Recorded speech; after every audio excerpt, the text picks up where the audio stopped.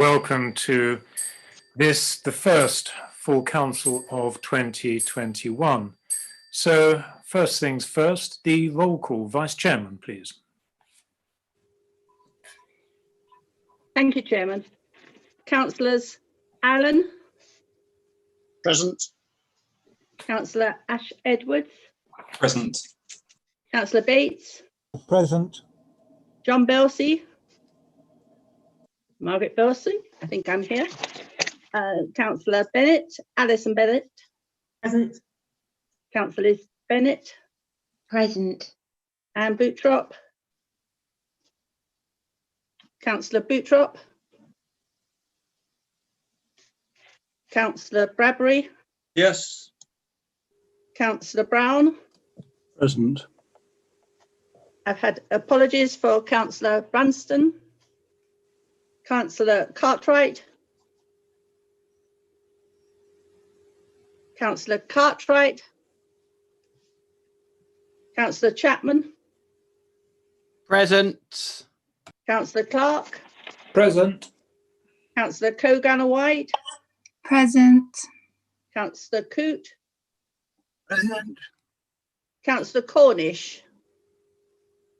Okay, I understand that he hopes to join the meeting later. Councillor Cromie. Present. Councillor DeBell.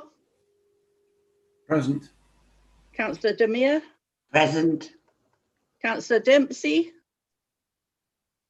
Again, I understand he hopes to attend the meeting a little later. Councillor Eggleston. Present. Councillor Ellis. Present. Councillor Eaves. Present. Councillor Gibbs. Present. Councillor Gibson. Present. Councillor Hatton. Present. Councillor Henwood. Present. Councillor Hicks. Present. Councillor Hillier. Present. Councillor Hussain. Present. Councillor Jackson. Present. Councillor Knight. Present. Councillor Band. Present. Councillor Andrew Lee. Present. Councillor Anthea Lee. Present. Councillor Luellen Burke. Present. Councillor Norton. Present. Councillor Marsh. Present. Councillor Mockford. Present. Councillor Peacock. Present. Councillor Phillips.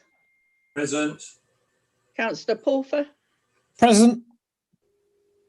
Councillor Salisbury. Present. Councillor Smith. Present. Councillor Sparaski. I believe Councillor Sparaski is unable to attend tonight. Absent. Okay, thank you, Chairman. Councillor Stockwell. Present. Councillor Sweatman. Present. Councillor Trumbull. Present. Thank you. I think we've had apologies from Councillor Walker, Councillor Webb, Present. Councillor Webster, Present. and Councillor Whitaker. Present. Thank you, Councillor Whitaker. Can I just say I'm now present. I had little difficulty in logging in, Councillor Belsey. It's Roger Cartwright. Okay, thank you very much, Councillor Cartwright. Thank you, Vice Chairman.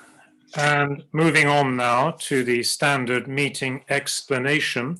And members, you will note in the explanation given by Mr. Clark that there is a change in voting procedure this evening. A number of you will be familiar with this from attendance on committees so far this year, but Mr. Clark will outline that. Mr. Clark, please. Thank you, Chairman. This is a virtual meeting in accordance with the government regulations. Members are in charge of their own microphone and will be called as and when the chairman calls you. As the chairman has outlined, unfortunately, with the Zoom mechanism, we no longer have the for and against buttons working properly due to an upgrade. So what we will be doing tonight on the votes is asking people in favour to use the raised hand first, and those numbers will be counted. And then we will be using the raised hand again for members who wish to vote against. Clearly, you can only vote for or against, and that will give us a result. If you wish to abstain, don't vote on either of the two requests from the chairman. Thank you, Chairman. Thank you, Mr. Clark. An interesting upgrade. Moving on now to item 2, the opening prayer. Vice Chairman, please.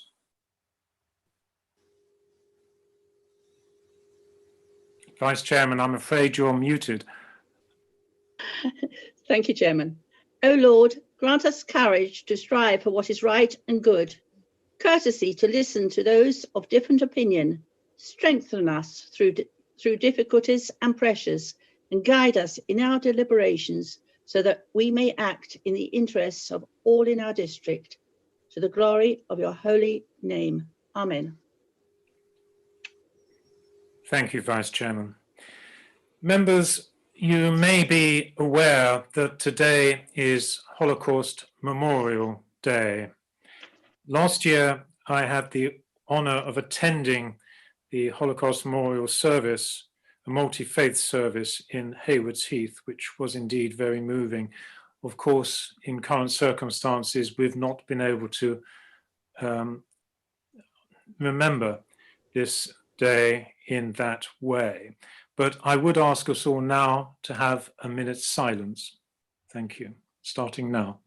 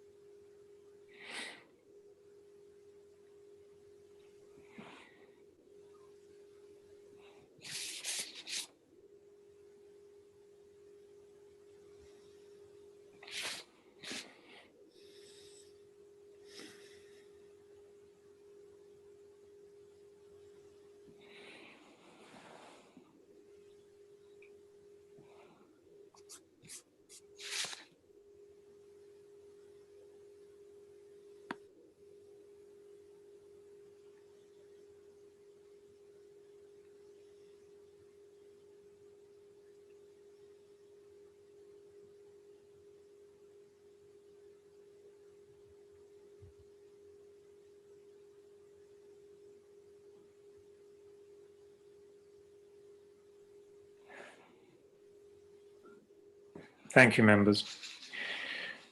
Moving on now to item 3, to receive questions from members of the public pursuant to Council Rule Procedure 9. We have 3 this evening. I would just like first to outline the process for this. Members, you'll be familiar by now. Members of the public, each of you have sent in your questions beforehand, and thank you for doing so.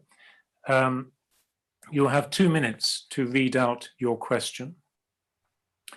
And I emphasize that it's a question you'll be reading out, not making statements. If you make a statement, then I will ask you to stop and I will not invite you to talk again. Once you have put your question, I will invite the relevant cabinet member to answer that question. You can then put a supplementary question to the cabinet member, and that supplementary question must relate to the answer given to your original question. If your supplementary question does not relate to that answer, again, I will stop you and I will not invite you to speak again. You will then receive a written answer to any supplementary question. I hope that is all clear. So the first question is from Ms. Rowan. Ms. Rowan, are you in the chamber, please? Yes, I'm here. Thank you, Ms. Rowan. Welcome. Could you please put your question now? Thank you, Chairman. My question is as follows. Could the council please explain how they will take action to drive a green recovery from COVID, as was put in the revised corporate plan of September 2020? And also how they plan to use the £85,000 which was allocated to sustainability and climate change. Originally, that figure was £100,000, but it seems in more recent documents that's £85,000. So the question is how is that going to be allocated? Thank you. Thank you, Ms. Rowan. And Councillor John Belsey, please. You're the Cabinet Member for this area. Could you please answer? Thank you, Chairman, and thank you very much for the question. So the corporate plan commits to developing a sustainable economic strategy which will set the strategic direction for green recovery by bringing together the Council's sustainability and economic development work. The preparation and adoption of this strategy will be a priority for 2021. And this work will be supported by scrutiny and by a cross-party member working group. Just to be clear, the £100,000 reserved for sustainability has not been reduced, and that remains in place to be used to support the development and delivery of the sustainable economic strategy. It should also be noted that to date the Council has been successful in securing other funds for delivery on its sustainable projects. And details of this work will be reported to members and the wider public in report to scrutiny on the 10th of March 2021. That £100,000 reserve is in addition to the annual revenue budget of £85,000, which is used to fund the operational delivery of the Council's work in this area, for example, through the Sustainability Officer and through the delivery of some community-based initiatives. Thank you. Thank you, Councillor Belsey. Ms. Rowan, do you have a supplementary question, please? Thank you very much, Councillor, for that clarifying response. You did mention that there'll be further reports that the public will also be able to see. Could you explain what you mean by that? Like, where will I be able to follow up further? Okay, fine. Thank you, Ms. Rowan. And Councillor Belsey will provide a written answer to that, which will be available to all councillors. Thank you, Ms. Rowan. And please stay until the end of public questions, and then I'm sure members of the Officers of Democratic Services will assist you in leaving the virtual chamber. Moving on now to our second question from Mr. Kenwood. Mr. Kenwood, are you in the chamber? Good evening, Mr. Chairman. Good evening, Council. Good evening and welcome. And please put your question. Yeah, it concerns comments in last week's Mid Sussex Times, where Councillor Ash Edwards was quoted as follows: "The future of Clare Hall will be considered further when the NHS no longer need the site. Could Council give an assurance that with at least 4 months until the NHS consider their options, and bearing in mind the recent High Court ruling, that the consideration and consultation will take place expeditiously before this time to ensure a smooth transition back into community use? And would the Council use this time to welcome the help offered by campaigners to discuss the retention and improvement of Clare Hall?" Thank you, Mr. Kenwood. Councillor Ash Edwards, please. Thank you very much, Chairman. I'd like to take this opportunity to confirm again that there is no time limit on the NHS's use of Clare Hall for the COVID-19 vaccination programme. It will be able to use the hall for as long as is needed. While the current licence runs until May, we think it is probable that the NHS may need the facility for longer, and the Council will readily facilitate that to support the vaccination programme. The overriding priority for the Council is the pandemic and its very substantial impact on the communities and economy of Mid Sussex. The Council will act in accordance with the agreed consent order. Thank you, Chairman. Thank you very much, Councillor Ash Edwards. And Mr. Kenwood, you have a supplementary question?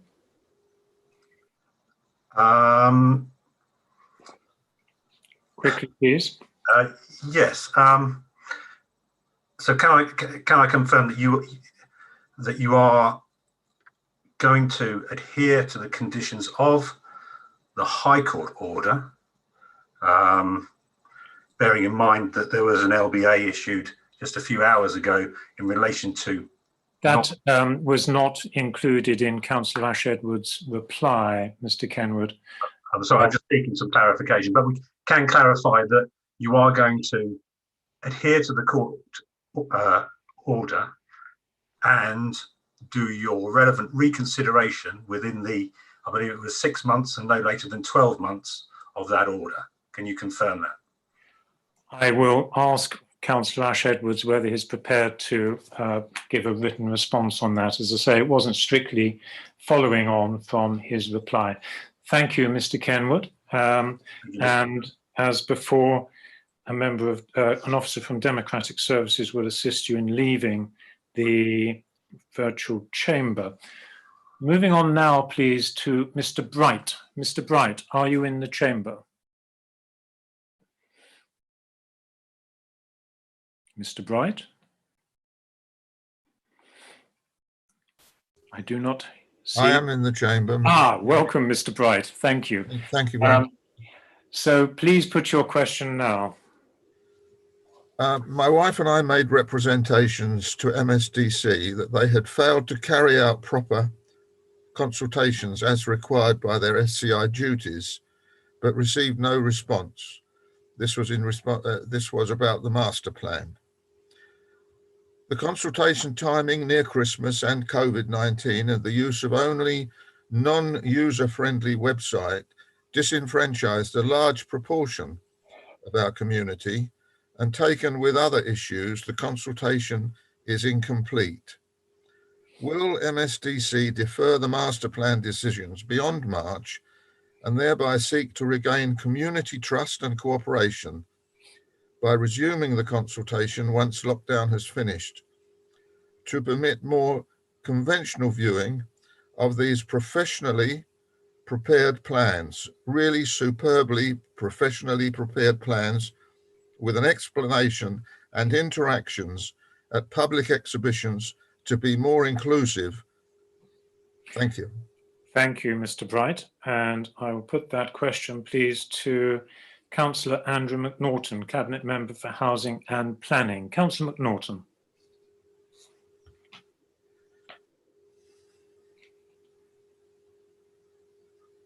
Councillor McNaughton, I think you may be still muted. One of the perils of Zoom meetings, I'm afraid. Thank you, Chairman. I was still muted. I hope you can hear me now. Indeed.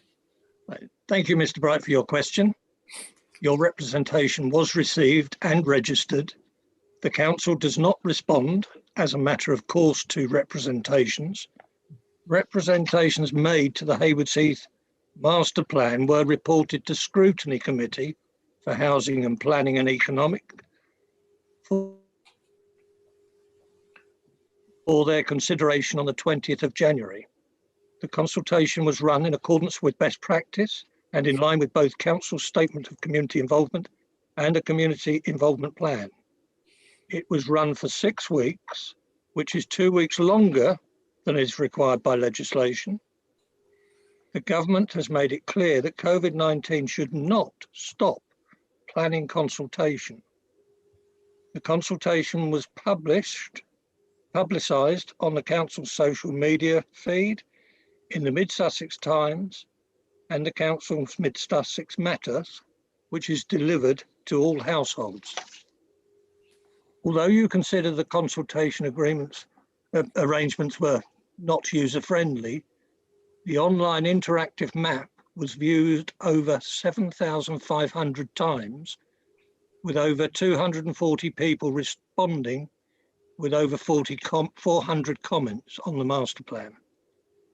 I was very pleased with the number of responses to the master plan, as it was higher than other similar consultations. Recently, we only got 40 people made 230 comments on the draft district-wide design guide consultation. I am satisfied that the consultation was robust and no further consultation on the master plan is required. I want to take this opportunity to clarify any misunderstanding about the role of the master plan. The master plan sets out planning principles to guide future development. Decisions about development on these sites would be for the landowners, and dependent on the nature of the development, may be subject to specific consultation. Thank you, Chairman. Thank you, Councillor McNaughton. Mr. Bright, do you have a supplementary question, please? I do, Chairman. My question said that taken with other things, such as MSD making a decision prior to the consultation to demolish Clare Hall, as shown in their 14th of September communication. And during December, MSDC and NHS made the decision to change the name of Perrymount Hall to the confusion of many attending the COVID vaccinations. These two statutory problems, together with the recent court decision, will you please reconsider the decision to engage in proper consultation with residents and try to regain the trust of MSDC residents? Thank you very much, Chairman. Thank you. That doesn't strictly follow on from Councillor McNaughton's statement, Mr. Bright, but I will ask Councillor McNaughton if he's willing to respond to that in writing. Thank you, members of the public. And as I have said already, officers from Democratic Services will now assist you in leaving the virtual chamber. Thank you and good evening. Members, moving on now to item 4 on our agenda. This is confirming the minutes of council held on 9th December. There has been one representation made on this from Councillor Gibson, but I understand that has now been answered. I have received no further representations on this. So using your hand-raising buttons in the way that Mr. Clark mentioned earlier on, can you please firstly indicate your acceptance of the minutes?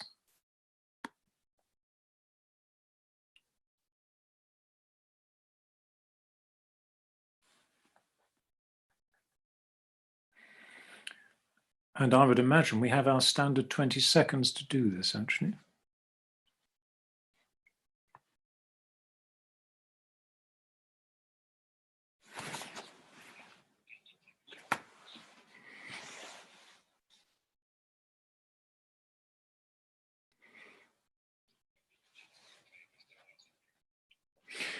Thank you. Members, we have 44 in favour, so those minutes are approved. Thank you for that. Moving on now to item 5, to receive declarations of interest from members in respect of any matter on the agenda. And again, could I please ask members to use the raise hand function if there aren't any such declarations?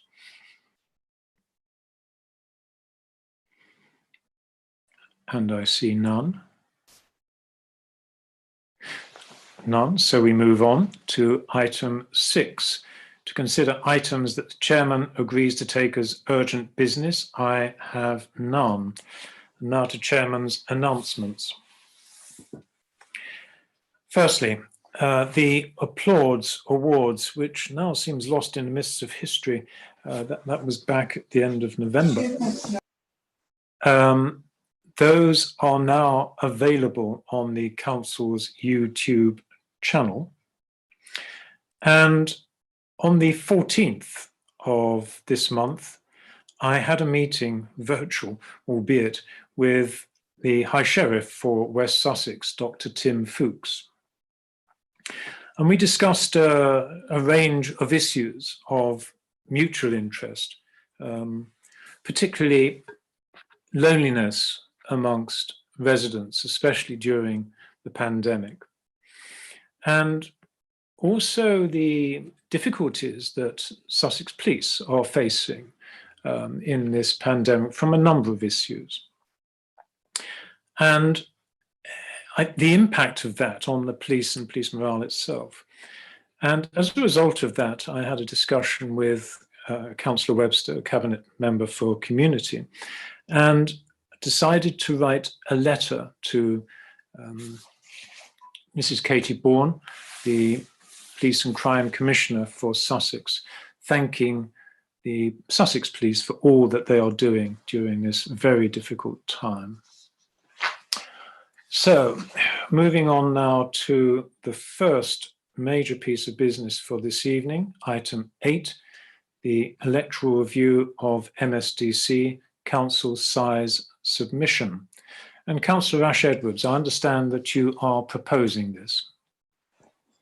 Thank you very much, Chairman. I'll formally propose the recommendations before the Council and speak to them, if I may. Chairman, it's approaching 20 years since the Boundary Commission last undertook an electoral review of Mid Sussex District, and much has changed in that time, and a periodic review is now due. And many of our neighbours have been reviewed at least once, in some cases more than that, in the intervening period. As members who were able to attend the briefing back in the autumn will recall, the first stage of this process, which will run for some time, is to consider the appropriate number of councillors that the council should have from 2023. And the council is required to make a submission to the Local Government Boundary Commission so that the Commission can consider it and commence its work. The submission that the council has, the draft submission the council has before it at Appendix 1 was subject to consultation with group leaders in December, and therefore I assume through group leaders with political group members.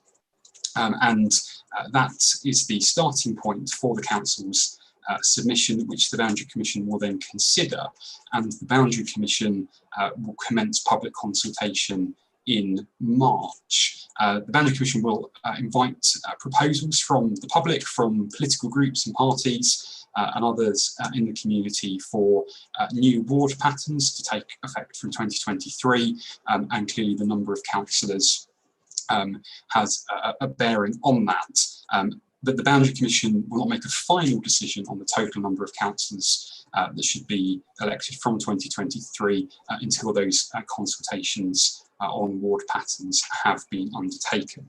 The submission as drafted considers in great detail the various criteria that have to be taken into account when deciding the size of a council, both in terms of the number of members required to undertake the council's statutory functions, the service of committees and members' role in the community, as well as taking into account forecast population projections beyond the period of the next election, running up till the end of the next term in 2027. And having considered all of that and taking into account the numbers of members that have been set for comparable neighbouring districts in recent reviews, it is considered that the council size should not be less than 48 from 2023 onwards. Chairman, the Boundary Commission will obviously take a view throughout the process as to what the final number should be, but that is what the council, what it's recommended that the council puts forward as the starting point. Members will obviously appreciate that as a modest reduction from the current situation, and I think that is appropriate, both with regards to the situation in neighbouring councils that have recently had reviews undertaken, and the need for us to continually keep our governance arrangements under review to ensure that they are effective and value for money for the taxpayer. And so a very modest reduction in the number of councillors would seem to meet those tests.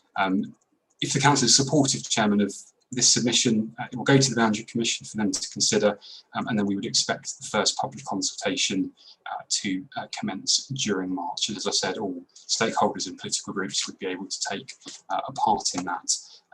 The process will run through the course of this year into early 2022, and final changes would be recommended by the Boundary Commission and considered by Parliament and come into force for the 2023 local elections. And just to clarify, Chairman, the process relates solely to the district council's boundaries. There will obviously be a parliamentary boundary review undertaken by the Parliamentary Boundary Commission on similar timescales, but the two are independent of one another, and this process does not and cannot consider any town or parish council boundaries. Thank you, Chairman. Happy to assist with any questions members might have. Thank you.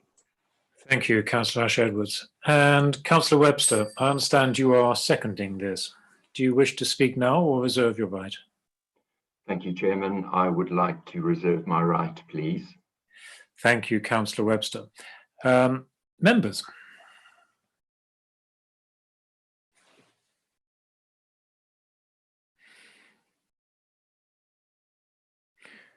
Okay, I see two indications. Councillor Gibson.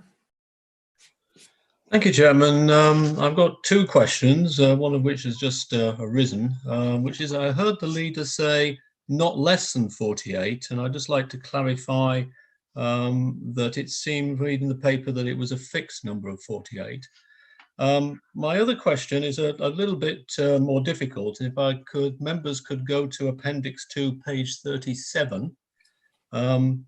Then this is dealing with the increase in housing, and I'm particularly interested in my ward, which is Crawley Down and Turners Hill. And in the figures shown in the centre, which is the new housing addition, which shows that my ward is going to have the benefit of an extra 271 houses in the next 6 years.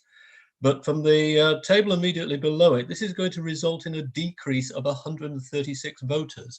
And I would just like to have an explanation as to how an increase of 271 dwellings can result in 136 fewer electors. Thank you, Chairman. Thank you, Councillor Gibson. Interesting point. Councillor Ash-Edwards. Thank you very much, Chairman. I can answer the first point, and then if I may, I might just pause to just take some advice on the second point and just make sure I can give Councillor Gibson the right answer to that. So in relation to the wording in terms of numbers of members, if members look at the Appendix 1 document and the concluding summary in section 11 on page 11, that is the conclusion there that having regard to the development forecast and expected governance arrangements, it's considered the council size should be not less than 48. So that's where I was quoting that from the submission to go to the Commission. Of course, the experience of councils is that because the process is very heavily dependent on making sure the new warding pattern meets the criteria that the Boundary Commission have to work by.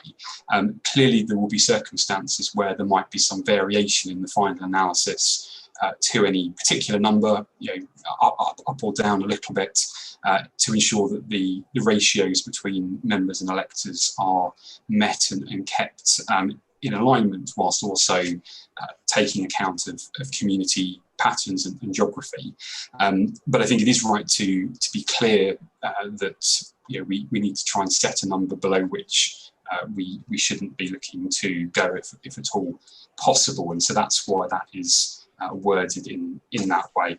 Chairman, may I just pause and just double check the answer to Councillor Gibson on his second point, please? Indeed.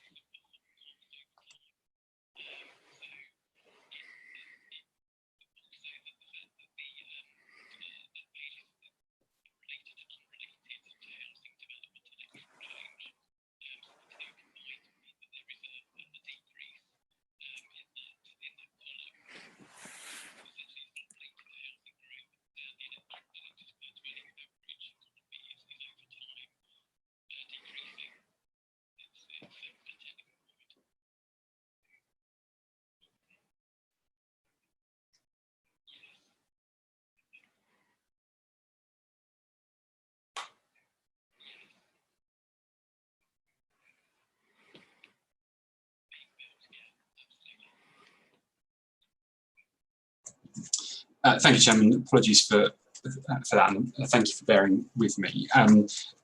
So in answer to Councillor Gibson's question, that there are two different factors working against each other in the various bits of the calculations. And so while there is an increase in the number of dwellings, it's also important to take into account the figures for the electorate per dwelling, and essentially the two in some parts of the district are working against each other, in that the number of voters per house on average is going down in some areas as demographics change, and perhaps, for example, what was traditionally a family home is occupied more by single people, or people where adult children, for example, have moved out, and that trend is having a greater impact on the total numbers than the numbers of new dwellings coming on stream. So effectively, the decrease in electors from demographic change is happening slightly faster than the increase in electors from new population growth. I hope I've been able to explain that clearly, Chairman. Thank you, Councillor Ash-Edwards. I think that same point actually is made in a fascinating book I'm reading at the moment, The Official History of Britain, from the ONS. Thank you. Moving on now to Councillor Hatton, please. Thank you, Chairman. Similar to Councillor Gibson, really, a bit of clarity, if I may. First of all, the report says that we are going to have a report from Ms. Prail on governance, which we've all been party to and joined in on, but that won't be ready until March. And at the same time, on page 32, it says that anything that we put forward or agree tonight will be subject to that report being considered. The following should comprise the makeup of the council. So I'd like clarity on that point, if I may. The other one is that the report says that it will cover us for the next 15 years, that's to 2035, but the housing projections are only to 2027. And for example, in Sussex, it says for the strategic site, Clayton Mills strategic site, 275 houses, whereas at the end of the plan period, our district plan period in 2031, which is less than the 15, it says there will be 500 houses. So I'd like some clarity, please, on where we stand with less councillors for an increase by 2031. Thank you. Thank you, Councillor Hatton. Councillor Ash-Edwards.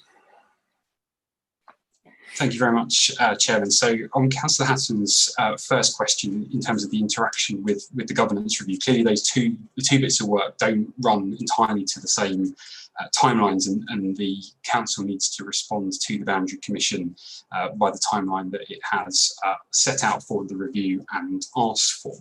And so what will need to happen is that when members consider the governance review, and if any decisions or changes are made to governance structures as a result of that, then obviously the outcome of that will need to be advised to the Boundary Commission, and they will obviously take that into account as they go through the various processes.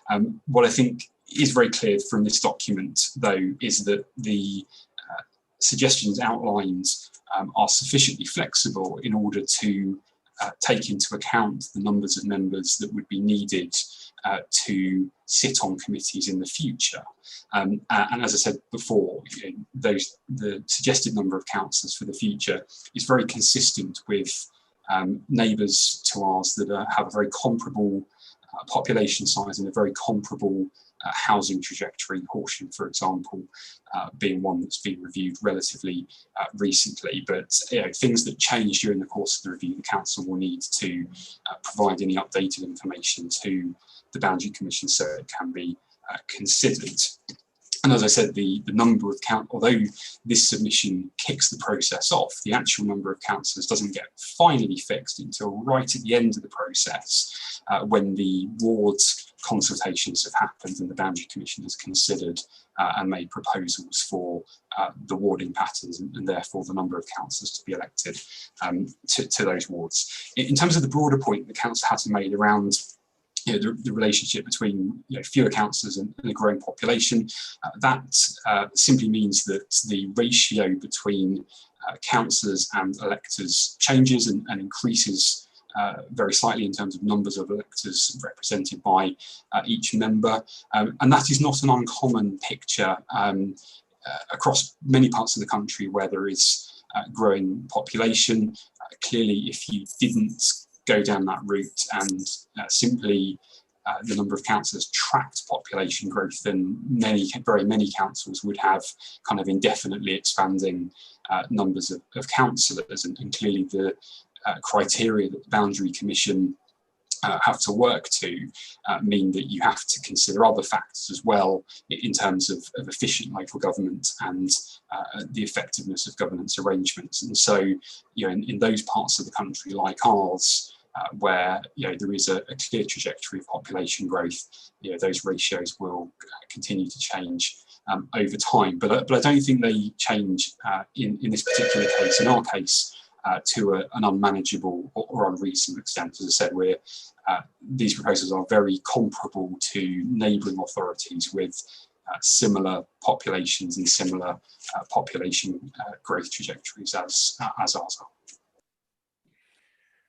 Thank you, Councillor Ash-Edwards. Councillor Hatton, I know you've indicated again, but I'm not going to allow you to come back. If you have a further question, you will please put that in writing to Councillor Ash-Edwards. Councillor Brown, I know you indicated earlier, but you may have another point to raise. I'm aware of that. So I'm going to go to Councillor Pulfer first.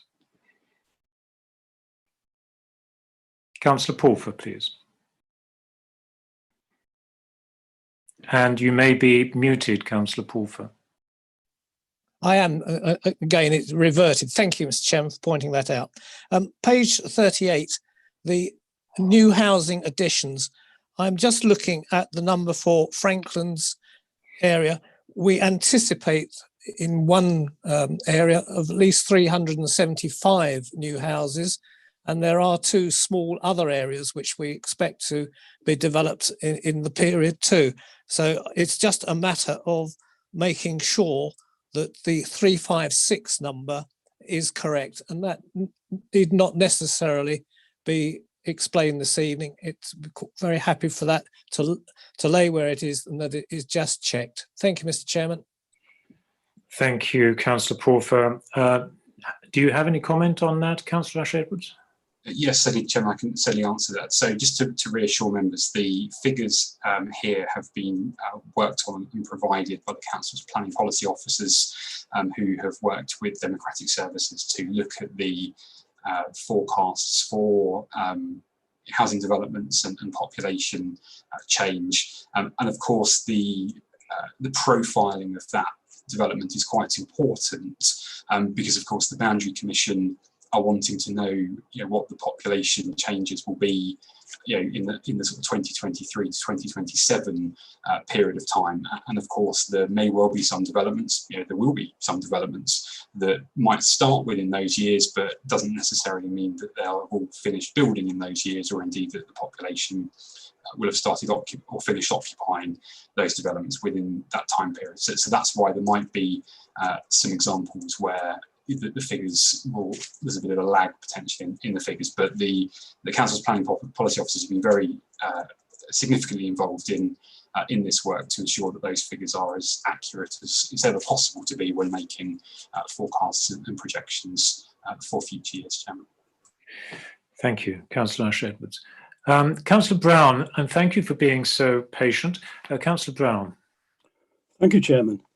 I just listening to the response from Councillor Ash-Edwards, and I have my question that I'm about to ask is about the membership, the 48, not less than 48, and he makes the point that this has been based on adjacent authorities and what's happened there, but I'd just like to refer to the questioning in Appendix 1, which says how to make a submission. Submissions should focus on the future needs of the council and not simply describe the current arrangements. Submissions should also demonstrate that alternative council sizes have been considered in drawing up the proposal and why you have discounted them. Well, that's nothing to do with adjacent authorities. Then we move to section 11. It says, in following the template, respondents should have been able to provide the Commission with a robust and well-evidenced case for their proposed council size, i.e. number of members, summarising proposals, other options considered, and why alternatives were not appropriate to deliver effective strategic leadership, accountability, scrutiny, and community leadership. And all we have is it's considered, this is the very last sentence on in Appendix 1, it's considered that the council size should be not less than 48. How do we get to that stage? Where is an explanation informing this response other than it's just the same as our adjacent authorities? Thank you. Thank you, Councillor Brown. Interesting point. Councillor Edwards, please. Thank you, Chairman. I think Councillor Brown might have slightly misunderstood what I've said, or I've not been clear enough, in which case I apologise. The submission is based upon the consideration of the districts of Mid Sussex's circumstances, as is required by the Commission, and the analysis throughout the draft submission makes that very clear in terms of the the work the council does, the governance structure, and indeed the population changes in coming to that conclusion. The point that I was simply making is that the conclusion that is reached in the paper is consistent with what has been the case at neighbouring authorities. I didn't say that because that has happened in neighbouring authorities, therefore that must be the case here. I'm simply making the point that the analysis gets to a place that is consistent with what has happened elsewhere, because that is relevant in terms of particularly where there are very comparable situations. Horsham is a good comparable for us, because you need, in the same way as you need to be able to justify change, you would equally need to justify why a significant departure from a direct comparable was needed. But the analysis and the submission is based on consideration of Mid Sussex's circumstances, Chairman. Thank you, Councillor Edwards. Councillor Alison Bennett, please. Thank you, Chairman. I'm sorry if I haven't properly understood this already, but I'm still not quite clear why the housing figures are used up to 2027. Shouldn't it be for the period up to 2035? And I'm sorry if I haven't grasped that properly, if you've already explained it. The other thing I wanted to say was that there's a sort of interesting dynamic here about how this stacks up against representation at county council level, where you get, so if you look at my county division, there's one county councillor who's covering an area that 4 district councillors are covering, pretty roughly, give or take a bit of one of the district councillors' time. And then the relative cost to the taxpayer of the one county councillor on a basic allowance of, say, 13 grand, compared to the total cost to the taxpayer of 4 district councillors coming in at about 20 grand altogether. So on that basis, it is illogical that sort of the cost of the taxpayer at county level per elector compared to district level don't quite marry up, I don't think. And I'm actually sort of broadly happy to support the proposal of going down to 48. But there are a lot of anomalies, as others have raised, about population increasing and housing increasing, but representation going down. And for that reason, in our group, we're not whipping the vote tonight, and everybody's voting freely. And I just thought it was worth making that point. But if you could come back to me on that 2027 versus 2035 point, that would be great. Thank you. Thank you, Councillor Bennett. Councillor Edwards.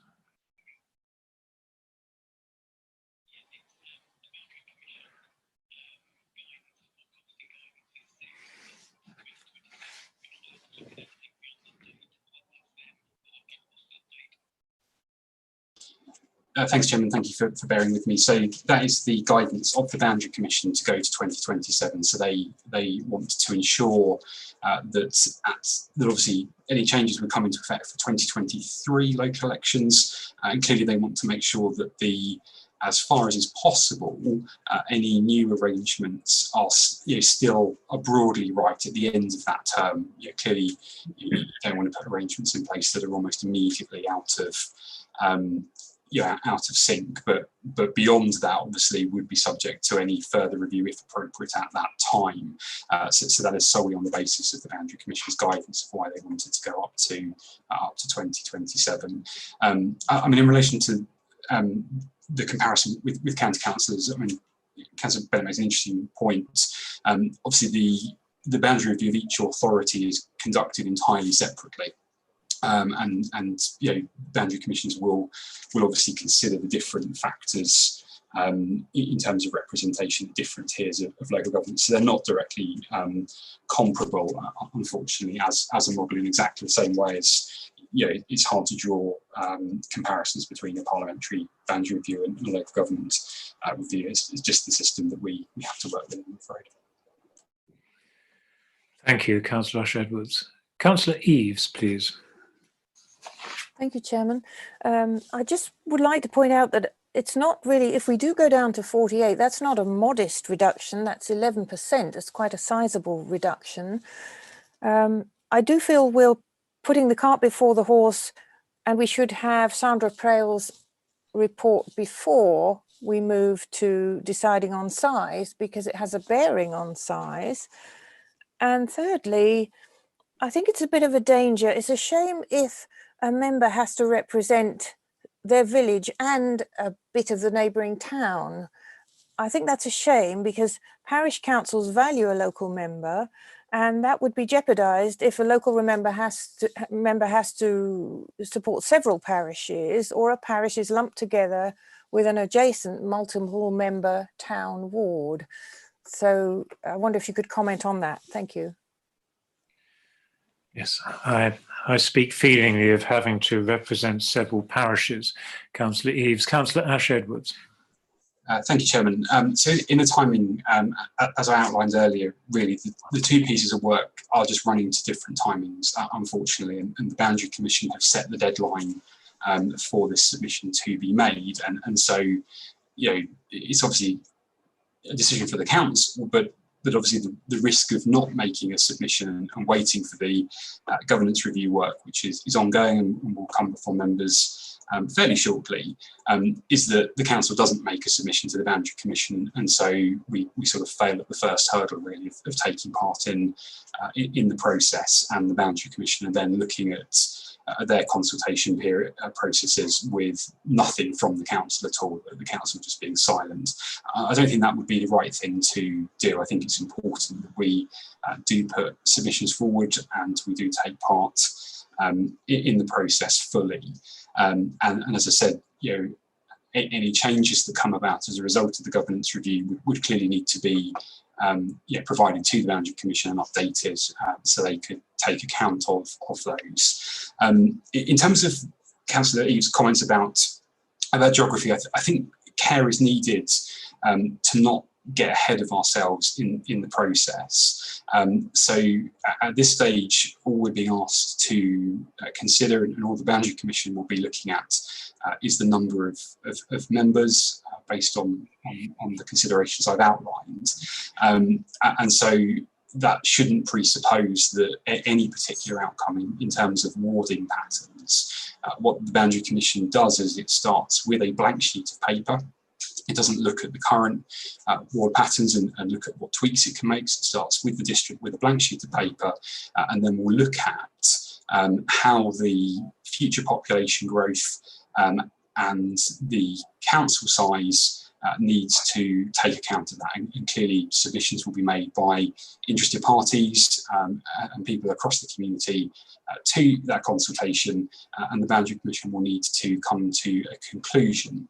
And one of the criteria they have to consider is local geography and relationships with communities in terms of how they are represented. And I know that they take that very seriously in terms of their work and making sure that members are representing as far as physically possible clear geographies and representing them in a way that makes sense to the public. So I think, yeah, that part of the work will come clear through the course of the year, and as I said, there'll be a number of opportunities for members and parties and other interested bodies to take part in that and influence the Boundary Commission's thinking about ward patterns, Chairman.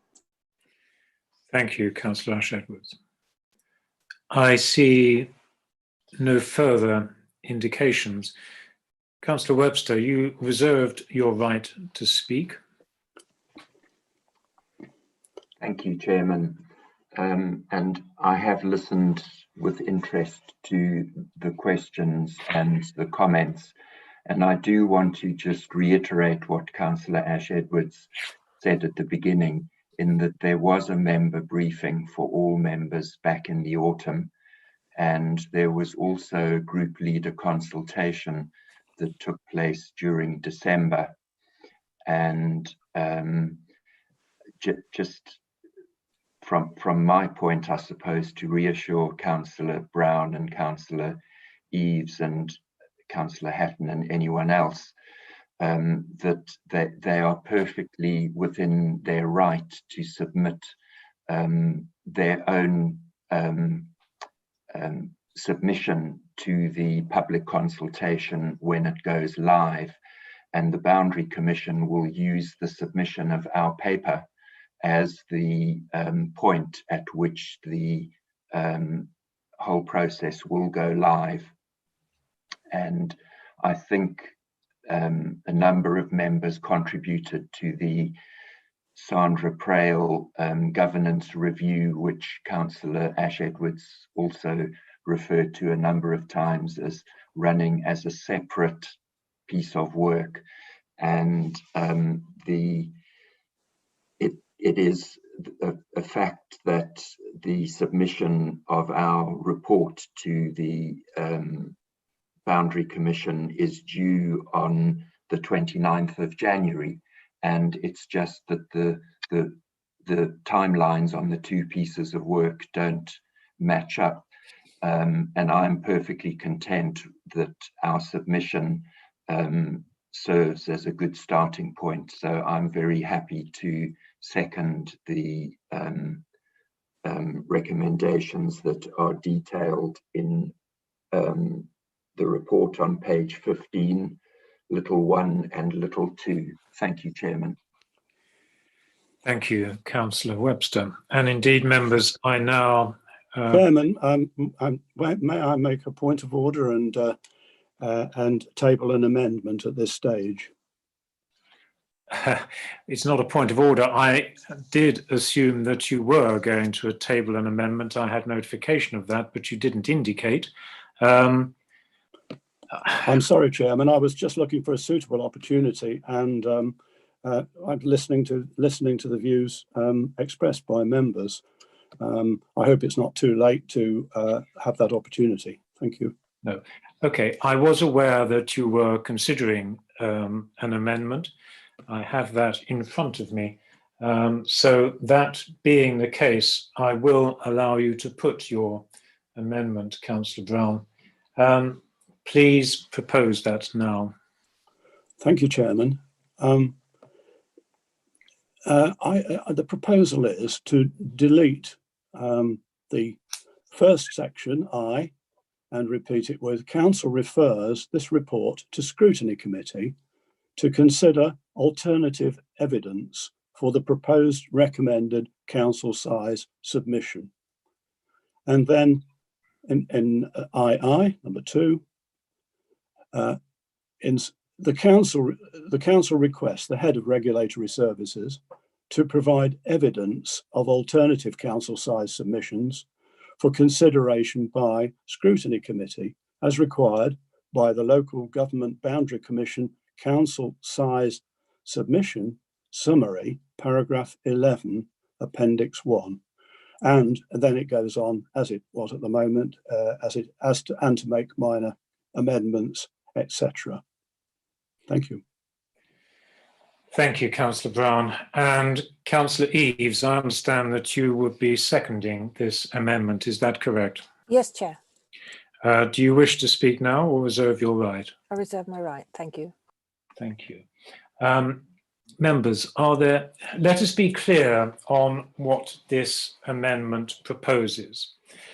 You have on your papers at page 15 the original recommendations, and Councillor Brown's amendment proposes to amend little 1 to Council refers this report to Scrutiny Committee to consider alternative evidence for the proposed recommended council size submission. Then little 2, it starts as now, let me just turn that up. The council requests the head of regulatory services to provide evidence of alternatives council size submissions for consideration by Scrutiny Committee as required by Local Government Boundary Commission council size submission summary paragraph 11 appendix 1, and then it carries on and to make minor recommendations and so on. Members, are there any comments on this?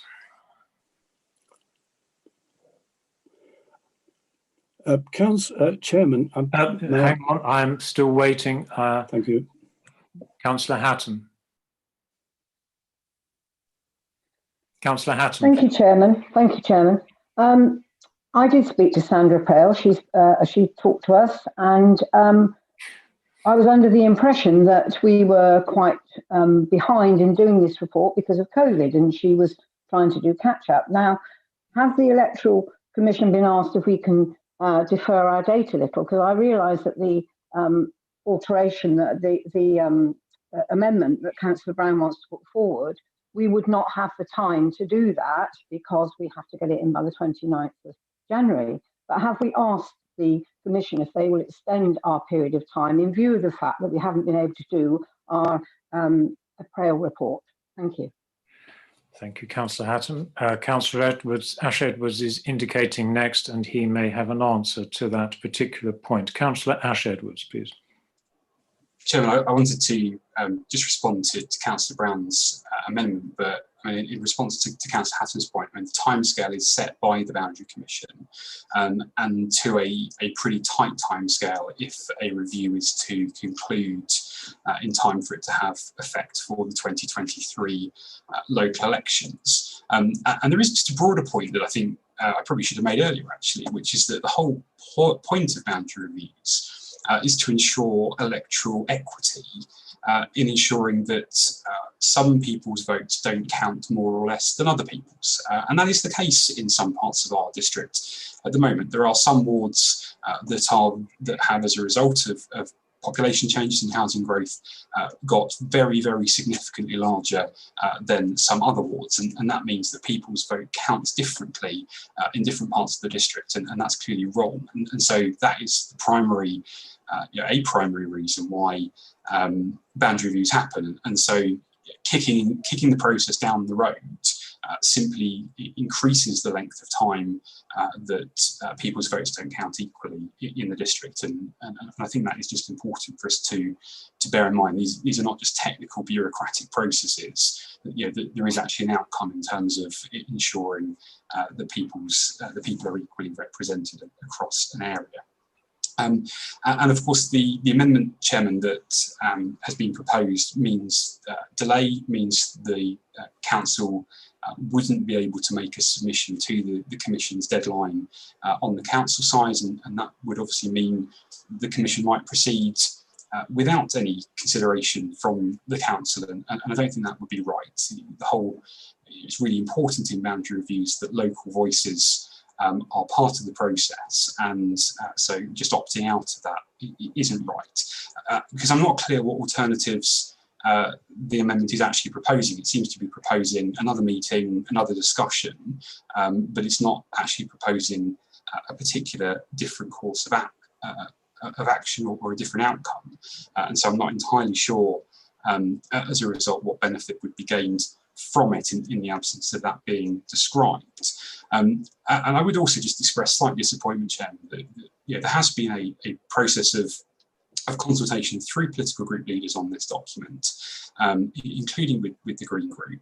And so it is quite late in the day to be making these sorts of proposals when there have been opportunities informally for group leaders to feed back in and to potentially have had some conversations about that. Certainly, no one's raised those points with me. So I can't support the amendment for those reasons, Chairman. Thank you. Thank you, Councillor Ash-Edwards. And Councillor Band, please. Thank you, Chairman. It's a question, if I may, really, I guess, to Councillor Ash-Edwards. Just to clarify the role of the Electoral Commission's role in determining the ward boundaries. In other words, if they're redrawn, they withdraw them and tell us, once they've made their mind up, where the lines are going to be drawn. We don't actually set them as a council. That's a question. Sorry, I didn't phrase it very well. I can rephrase it if you need to. I'm sure Councillor Ash-Edwards has the content of that. Councillor Ash-Edwards. Chairman, yes, the Boundary Commission make recommendations on ward patterns and numbers of councillors based on public consultation. So there's opportunities for the public and political groups to make proposals, and then the Boundary Commission will publish a set of draft recommendations for consultation, and then consider the outcome of that, and then final recommendations for consultation, and then put a draft order before Parliament to that effect for implementation. So the final set of recommendations are drawn by the Boundary Commission, having regard to consultation. That's absolutely right. Thank you, Chairman. Thank you, Councillor Ash-Edwards. Councillor Gibson, please.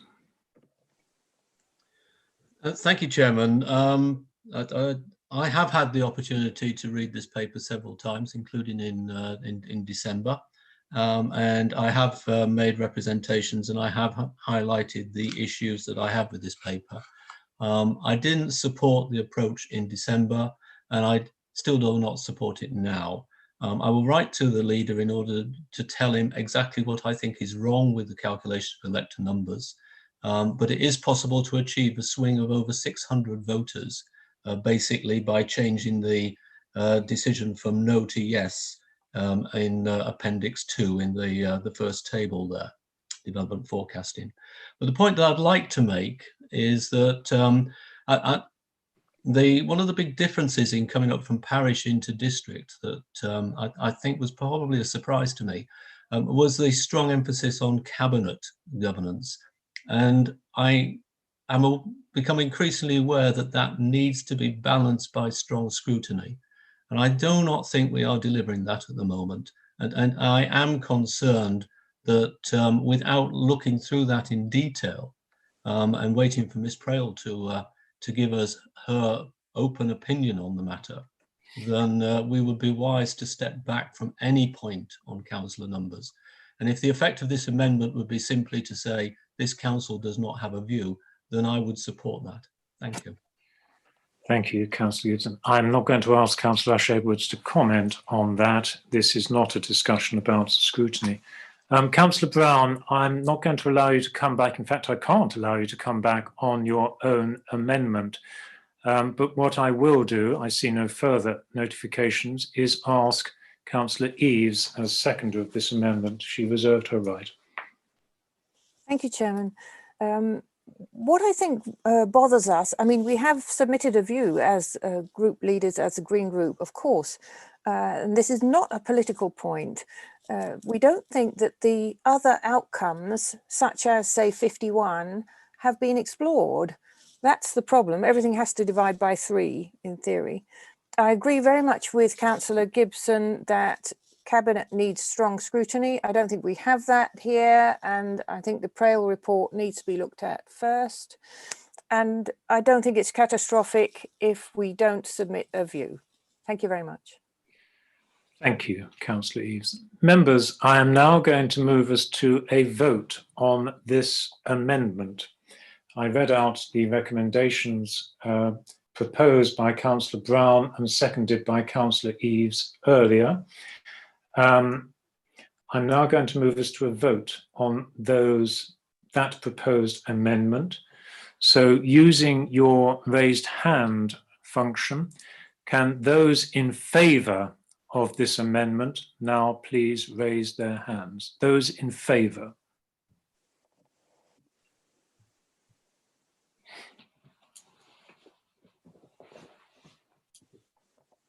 I should have said you've got 20 seconds to do so.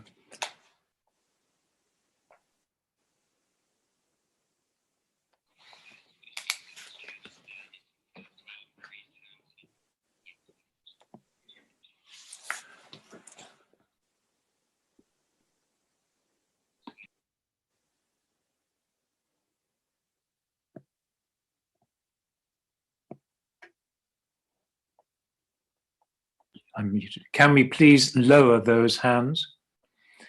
And now those who vote against this amendment, please show and raise their hands.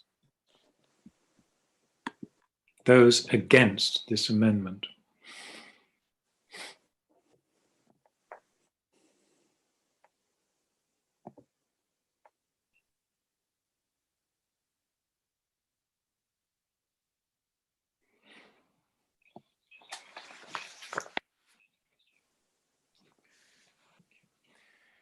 Members, we have 13 for this amendment and 30 against.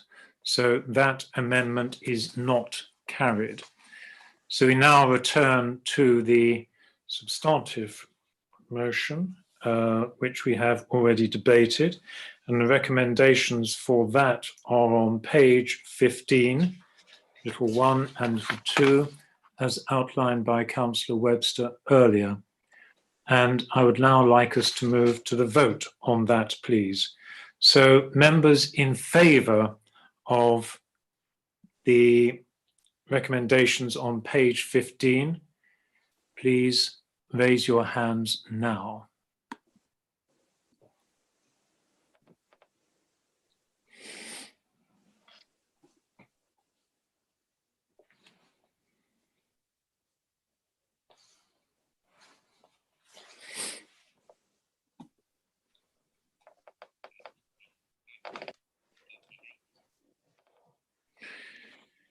And any members against this, please raise your hands now.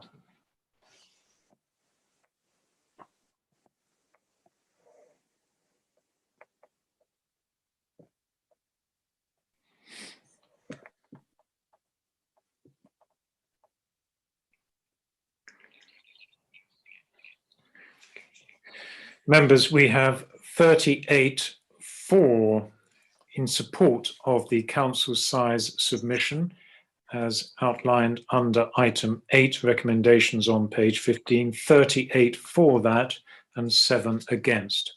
So the council size submission is approved. And an interesting observation, members, we often talk about scrutiny, but I think the debate just now goes to demonstrate that council is in fact the ultimate scrutiny. Moving on now to item 9 on the agenda. Chairman, sorry to interrupt you. Could you ask Councillor Brown to mute himself, please, because we're hearing all sorts of noises. I'm not sure if that is Councillor Brown, but whoever is unmuted, please mute yourself now. And we're now moving to item 9 on the agenda, which is on pages 47 to 52 of your packs. And Councillor Webster, I understand you are proposing this. Thank you, Chairman. Yes, I am. And may I go ahead? Oh, please do. Thank you. Chairman, this paper makes it clear that Mid Sussex District Council has been working for some time towards ensuring that we run the safest possible electoral process in 2021. Reviews are required every 5 years, and this took place a little while ago, and COVID has initiated this additional review. In some places, replacement or additional venues have been required as a result of COVID. The situation of polling stations is the sole responsibility of the returning officer within the polling districts, but council must agree those that are in other polling districts outside of the council ward. The recommendations read that polling places for all polling districts be defined as the entire district council ward in which the polling district is situated, with the following exemptions as listed on page 41 of your papers from A to H. Thank you, Chairman. Thank you, Councillor Webster. And Councillor Luellen Burke, I understand you are seconding this. Thank you, speak Chairman. now or reserve your right? Yeah, thank you, Chairman. I'll reserve my right. Thank you. Thank you. Members, are there any? In fact, I see no raised hands.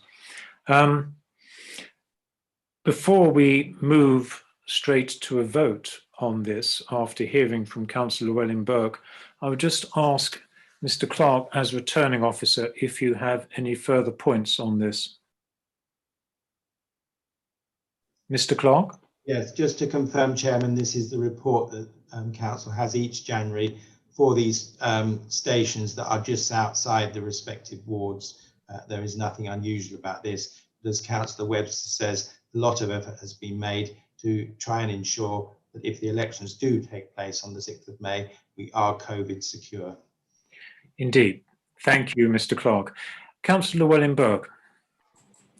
Thank you, Chairman. I have nothing to add. I was only going to say that it's pleasing to see that we've been able to ensure that these areas are COVID secure when it's difficult for everyone to get out and check things accordingly. Other than that, nothing, thank you. Indeed. Thank you, Councillor Luellen Burke. Members, I now move us to the recommendations on page 47 that were referred to earlier by Councillor Webster. I will not read all of those out. You can see them for yourselves, and please indicate now if you accept by raising your hand.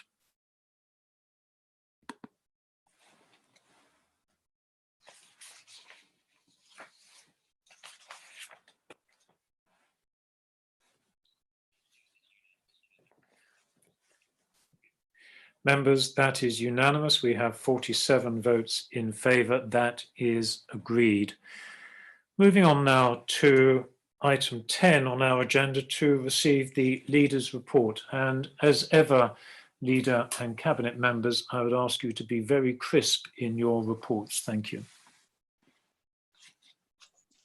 Thank you very much, Chairman. The Council last met on the 9th of December. At that time, coronavirus infection rates in Mid Sussex were accelerating rapidly, which resulted in the move to Tier 4 and then the national lockdown with which we are now sadly familiar. And sadly, those high infection rates have resulted in the official government data dashboard reporting 42 deaths of Mid Sussex residents, where COVID-19 is a factor on the death certificate in the 5 weeks between our last meeting and the 15th of January. Sadly, that means during the pandemic, 230 Mid Sussex residents have now died with COVID-19 on the death certificate. I'm sure the whole council would wish to join me in sending our deepest condolences to the families and loved ones of all who have died before their time as a result of this pandemic. It does also remind us of the crucial importance of following the restrictions to slow the spread of the virus, as tough as those restrictions are.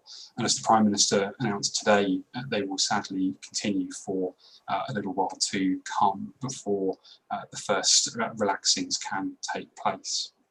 Since the national lockdown began, infection rates in Mid Sussex have begun to fall and have now returned to being below the national average, where they have been for much of the pandemic, but we must remain vigilant. The bright light is the vaccination programme, and good progress is being made across Sussex in rolling out the vaccine. Many thousands of Mid Sussex residents have now been vaccinated at Meridian Hall at Clare Hall, and I'd like to thank everyone in the NHS and the many volunteers for all that is being done to protect the most vulnerable from the pandemic. The NHS has advised that it has now provided a first vaccine dose to over 200,000 people across the whole of Sussex and is on course to complete the top 4 priority groups across Sussex by mid-February, in line with the national target.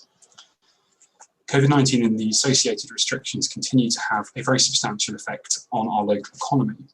The council is working flat out to administer the multitude of grants available to businesses, with payments being made quickly following application.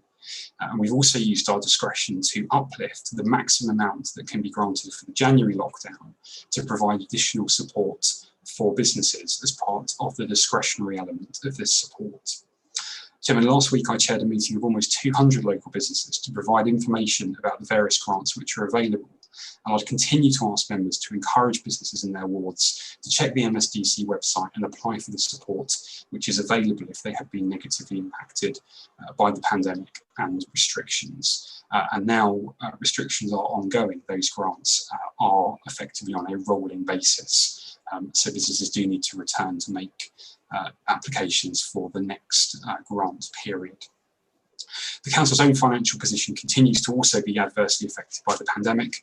The next budget management report will come before Cabinet in a couple of weeks, and even taking into account the substantial financial support provided by the government, the Council is forecasting a deficit of around £2 million this year, which in the context of our overall budget is very substantial indeed, and without past precedent, albeit very comparable to the situation in councils across the country. And members will know that position, and indeed the continuation of that position into the new financial year, is being supported by the council's reserves. We're only in a position to do that because we entered the pandemic in a strong financial position, but clearly that position is not sustainable indefinitely, and so we will need to take action to ensure that situation can be brought into balance over time. Finally, Chairman, council leaders neighbouring Gatwick Airport met with the airport management earlier in the month to hear an update on their current position. I know Councillor Hillier is going to say more in his report following a recent GATCOM meeting, but I just wanted to advise members that it is Gatwick's intention to resume work on their development consent order application this year to bring the standby runway into routine permanent use. Notwithstanding the current position of the airport because of the pandemic. The Council will continue to follow this work very closely to ensure any proposals made and their environmental and infrastructure impacts are properly scrutinised. Thank you, Chairman. Thank you, Councillor Ash-Edwards. You're getting away lightly. I see no... Oh, in fact, I do see an indication from Councillor Marsh. Councillor Marsh, please. Thank you, Chairman. Can I thank the leader for his update, and does he agree with me at this tragic time where over 100,000 souls have lost their lives to this dreadful pandemic? The leader of the Liberal Democratic political party has argued that his party political activists should still be allowed to deliver the propaganda, which you know is contrary to COVID rules and regulations, but more importantly to the detriment of public health. Therefore, after being caught delivering in Andover, Dorset and Bognor regions, would he agree that any attempt to deliver their leaflets in these trying times within our district should be met with the full force of the law? Thank you, Chairman. Thank you. Let us not have a knockabout debate, members, but Councillor Ash-Edwards, well, in fact, I'm going to go to Councillor Bates first, and then I shall ask you to answer the two. Councillor Bates.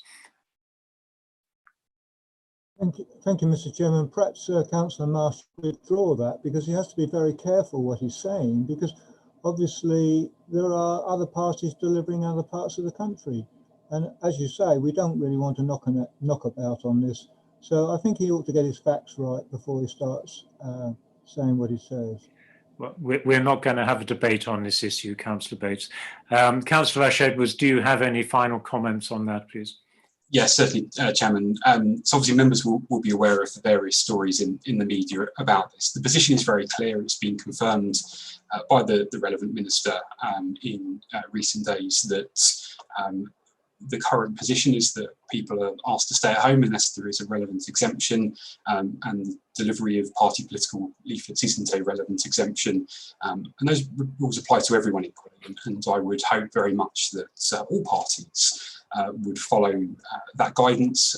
It's based on the public health position at the moment in order to keep people safe and ensure there isn't unnecessary activity happening. And so I hope that all parties will continue to abide by that position in this district.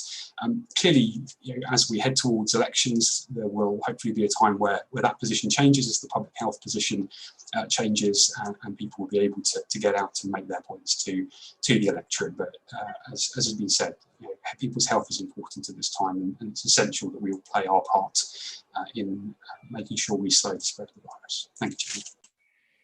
Indeed. Thank you, Councillor Ash-Edwards, and those figures you gave at the beginning of your report are quite chastening. Thank you for that. Moving on now to Deputy Leader, Councillor Luellen Burke, please. Thank you, Chairman. Good evening, members. As previously reported at full council, the Burgess Hill Place and Connectivity programme is proceeding at a pace. However, there's further activity and news to report, and I'm taking this opportunity to give a general but brief update, not only on the Place and Connectivity programme, but also on some of the work relating to the Burgess Hill growth area. Although we're all in lockdown again, the works involved in Burgess Hill programme can now be undertaken whilst adhering to COVID rules, and significant progress can be and is being made. So starting with the Northern Arc, it can be clearly seen that Homes England, who are the developer of Northern Arc, are cracking on with this strategic development. On the 14th of January, our planning committee considered and approved an application from Homes England to agree variations of the Section 106 agreement that was already in place. This was to develop a more detailed programme for delivery of the development as a whole.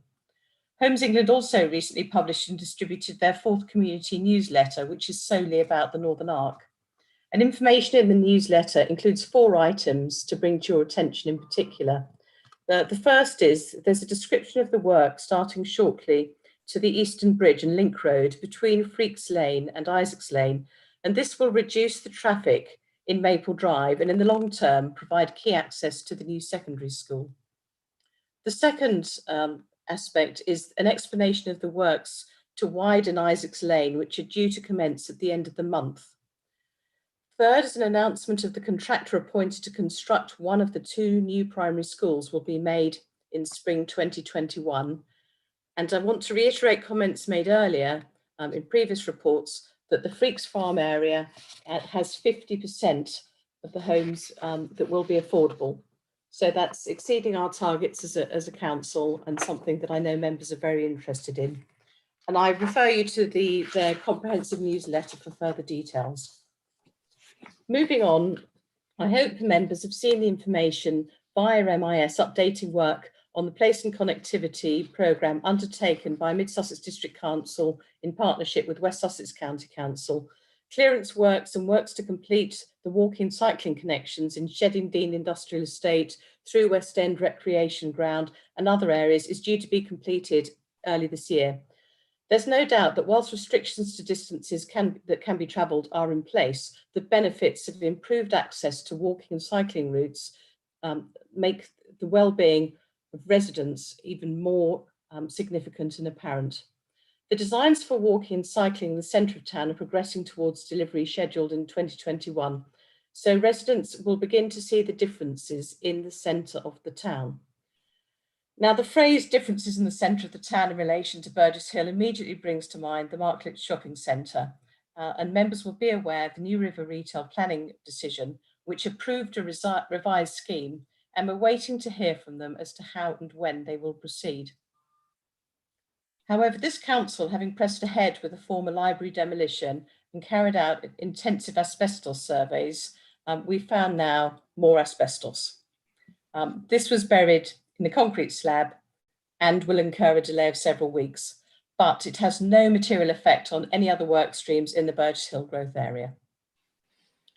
Returning to the place and connectivity work, although there will be visible changes in place, there will be further public engagement to produce a sustainable transport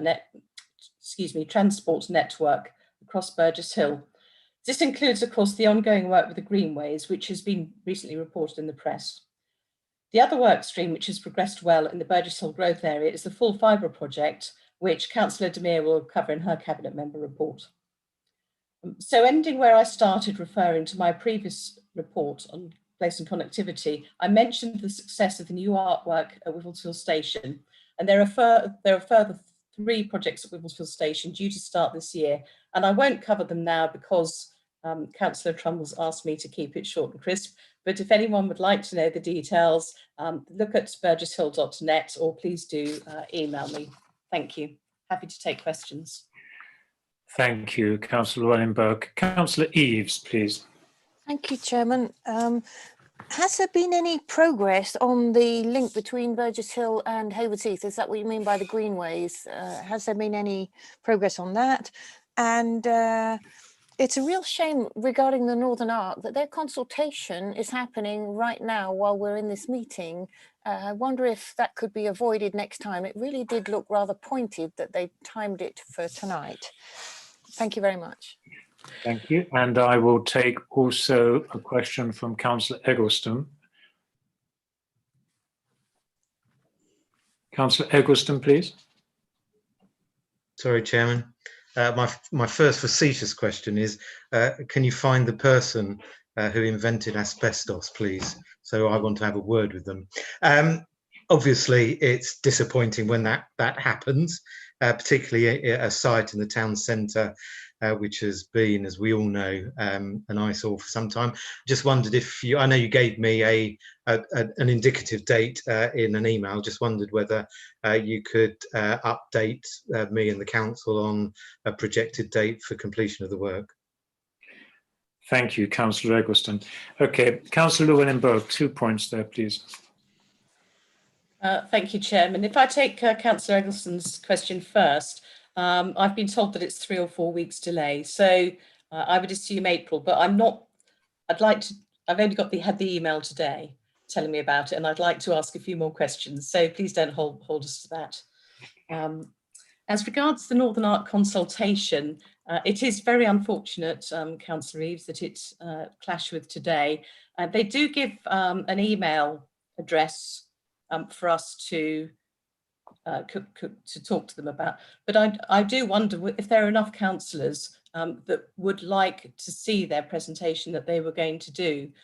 Please let me know and we'll organise it. I think it's very important for the representatives of the residents in Mid Sussex and Burgess Hill to see that. So if you would like them to do a presentation, I think they would for us. So please just let me know.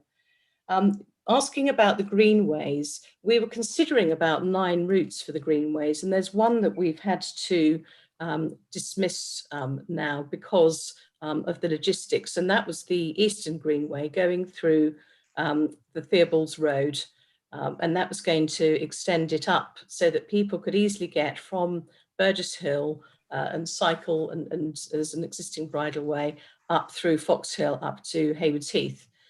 And there was extensive works done, and there is flooding on the sort of East Sussex area because the pathway goes through East Sussex and then back into West Sussex past Fox Hill. And we employed engineers to put a decking and a bridge in, and it would have cost several hundreds of thousands of pounds. So there was that first question was, is this the right way to pay taxpayers' money? So we looked at that, but then when we thought, well, is it really? You know, it's a lot of money. We are in difficult times. So we then talked to East Sussex County Council about the maintenance of it, because as you will know, it's in woods.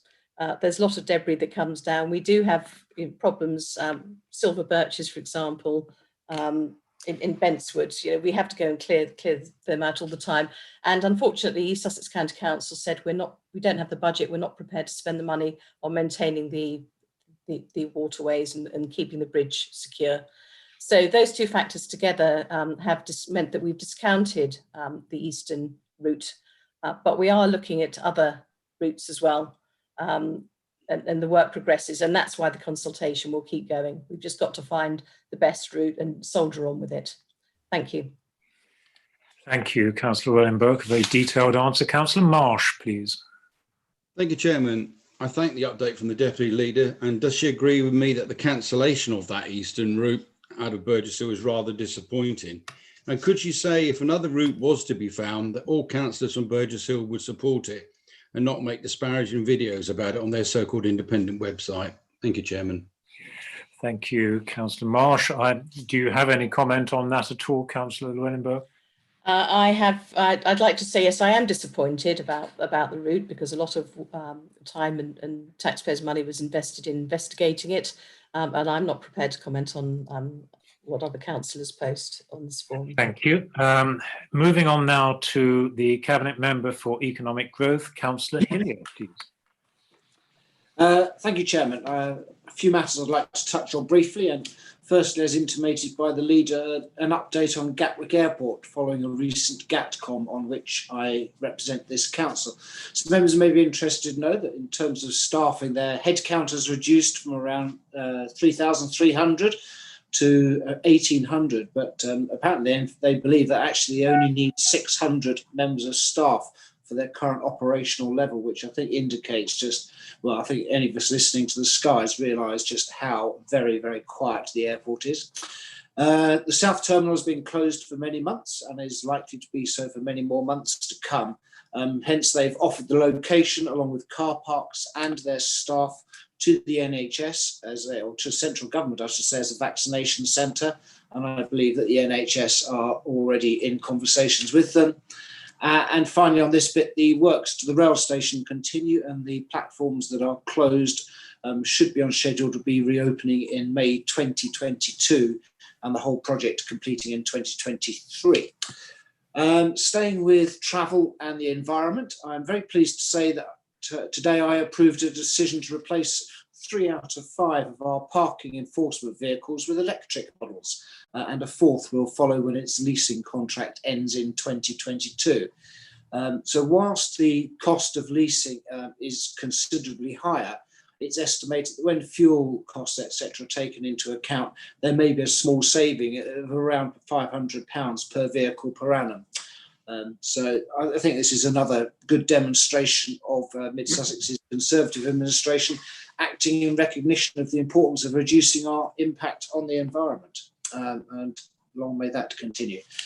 Staying with the parking theme, I'm afraid that, as you would expect with the second and current lockdowns, the improvement in our parking income and footfall in our community's shopping areas has reversed from its very strong recovery over the summer. However, our larger villages appear to continue to thrive with higher footfalls than pre-pandemic, and Crawley Down is currently leading the way this time around. Finally, back to core economy matters. I can report that our dialogue and partnership with our 3 business associations continues to be dynamic and productive. I think this can be evidenced by the increase in applications to our micro business grants, which were determined by the grants panel only yesterday under the careful chairmanship of Councillor Webster. This is a fund of around £71,000, and in previous years, the bids into that fund have closely been around the £70,000 mark, but this year they're exceeded 110,000. I think this partly reflects the times, the current times, but I'd like to think also that it shows that our effective reach into the business community, and that alongside the outstanding work done by this council in distributing vast and complex economic grant funding, Mid Sussex is well regarded by our business community.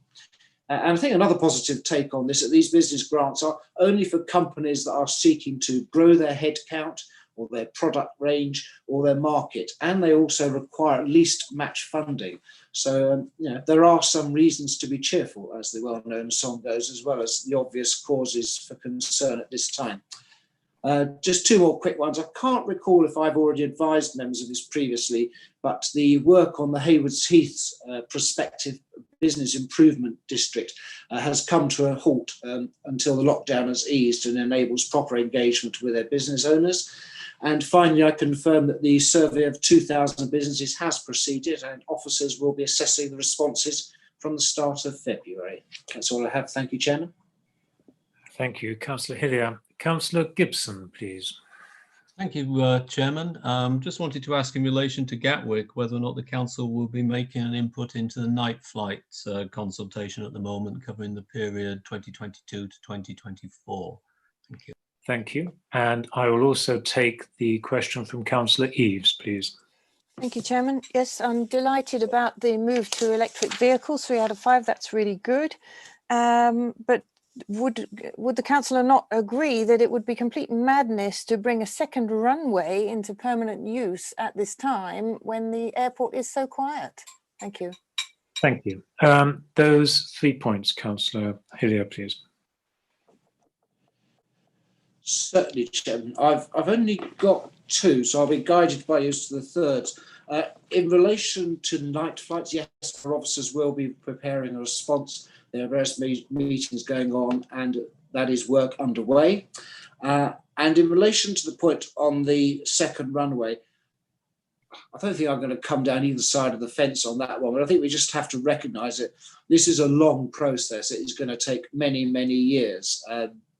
I would be surprised if they start putting concrete on the ground or improvements for at least 5, if not closer to 10 years. And who knows where the economy and the pandemic is going to be by then. I think, Chairman, those are the only 2 points I made a note of. I think the third point, Councillor Hillier, was Councillor Eaves welcoming the move to electric vehicles.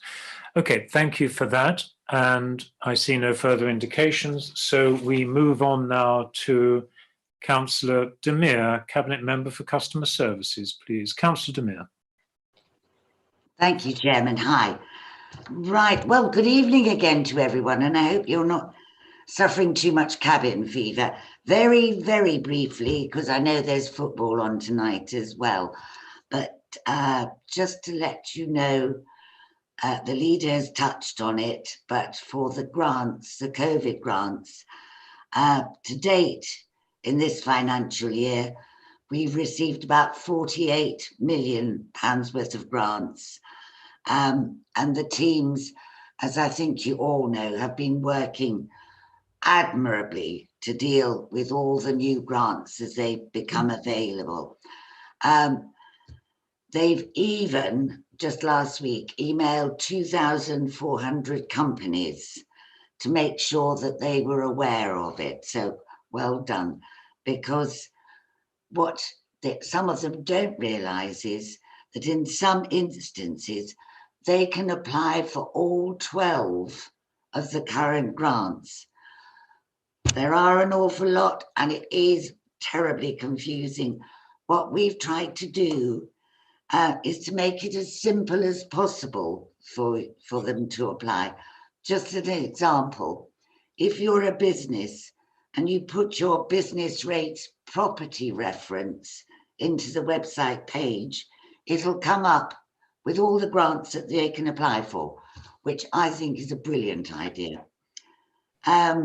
The leaders touched on the facts that the maximum grant business has risen, and we've also led on securing an agreement for awarding the discretionary grants across the whole of West Sussex so that there's consistency. And as the leader said, we are paying very, very promptly. But what I do need is your help, please, again. To date, we know that only about 20% of our companies have applied for the new January 2021 grants. So please, to all of you and anybody who's listening or watching, can you help us urge businesses to log on to our grants page and apply? Or, of course, as the leader said, there was that wonderful webinar that our team and the leader hosted last week, which had 200 plus companies part of it. A lot of good questions and even better answers, but I would say that, wouldn't I? Very briefly, customer service teams, well, they're still helping thousands of residents. They're showing such efficiency and kindness. They're also ensuring that where people need to, they can visit securely. In fact, we've just recently had a visit from the Health and Safety Executive, and they were really impressed. The comms team is working on the next Mid Sussex matters, and as well as continuing with the social media messages to help and advise all of us. Lastly, really, the new telephone system, sorry, you've got a cat talking to you as well. The new telephone system has made an even better seamless service because now calls can go straight to the staff who are working from home. And I do hope you'll join me in thanking all our staff for their continued efforts during these horrid times, especially as I know some of them have had COVID and they've just carried on regardless. Finally, very finally, our full fibre programme. It's on target and it's going great guns. We've now got over 40 kilometres dug, and the ducting has begun already in Burgess Hill, as you know. All should be completed by June. And I'm sure you're as excited as I am by all that because it's going to make such a difference. That's it from me, but I'm happy to take questions. Thank you, Councillor De Mere. But I bored them all to tears. No, I think you've satisfied everyone's need for information because there are no indications. So we move swiftly on now to Councillor John Belsey, Cabinet Member for Environment and Service Delivery. Councillor Belsey, please. Thank you, Chairman. I firstly wanted to highlight our waste collections. I just wanted to say that I was extremely grateful to our council staff and to those of West Sussex and of course the operatives at Serco who worked so hard to keep our service going through Christmas and some dreadful weather, and of course through the pandemic against the backdrop of what was a period of steeply rising cases locally. I'm sure all members are very grateful for the sterling work that the teams did in this vital area of council service. I've had a number of questions previously about the wireless, electrical and electronic equipment service, the small WE service, and it's great to see that it's had such a strong take-up with an average of 300 items being collected a day. And of course, that is items that otherwise would have ended up in landfill. We look forward to bringing waste service redesign proposals forward later this year, which it is anticipated will include food waste collections across the district. And finally, on waste service, although it might not feel like gardening weather to me for sure, but to many residents, they're already turning their attention to their gardens. And although demand remains high for our garden waste collections, I'd like to reassure members that we believe we've still got sufficient availability should further residents wish to subscribe to our garden waste collection. In respect of leisure centres, of course, they remain closed under national guidelines during lockdown. Financial performance from Places Leisure is being closely monitored by an agreed open book reconciliation process, even whilst the centres remain closed.